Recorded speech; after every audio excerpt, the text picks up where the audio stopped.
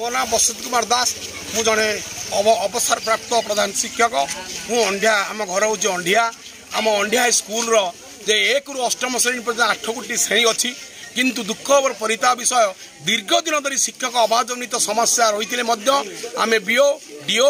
समस्त को अवगत कले आज पर्यटन शिक्षक देले ना शेष में आम गोटे डेडलाइन देलु 15 तारीख सुधा जदि तुम 15/4/25 सुधा जदि तुम शिक्षक न दियो ताहले आम आंदोलन बसबू स्कूल बंद करूँ एवं सबू छात्र छात्री अभिभावक आम विद्यालय आगे धारणा देवु ए विषय मान्यवर बीओ डीओ कलेक्टर एवं प्रधान मुख्यमंत्री शिक्षा मंत्री एवं स्थानीय एमएलए सरपंच समस्त को आम अवगत करते से कर्णपात करूना दीर्घ दिन धरी आम समस्या जारी रही आम गाँव पिला भविष्य नष्ट होद्वारा आम बाध्य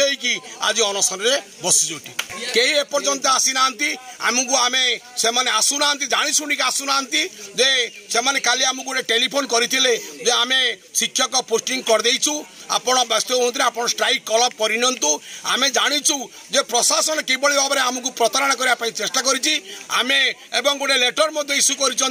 हेडमास्टर पाखे से लेटर आमको दौले जन को पोस्टिंग दिखाई किंतु प्रकृत में सेटा मिछ कथा मिछ प्रहसन तेणु एपर्यंत आमको शिक्षक दि जाए ना कि डीओ बीओ कौन कर्मचारी सरकारी अधिकारी आसिक आम गाँव में पहुँची ना कि आंदोलन में आमको किसी उपदेश देना तेणु बाध्य आम आज विक्षोभ एवं अनशन करुचु गाँव वयस्क आमर जो रिटायर्ड शिक्षक मैंने अच्छा धनेश्वर खंडे बाईधर ओझा एवं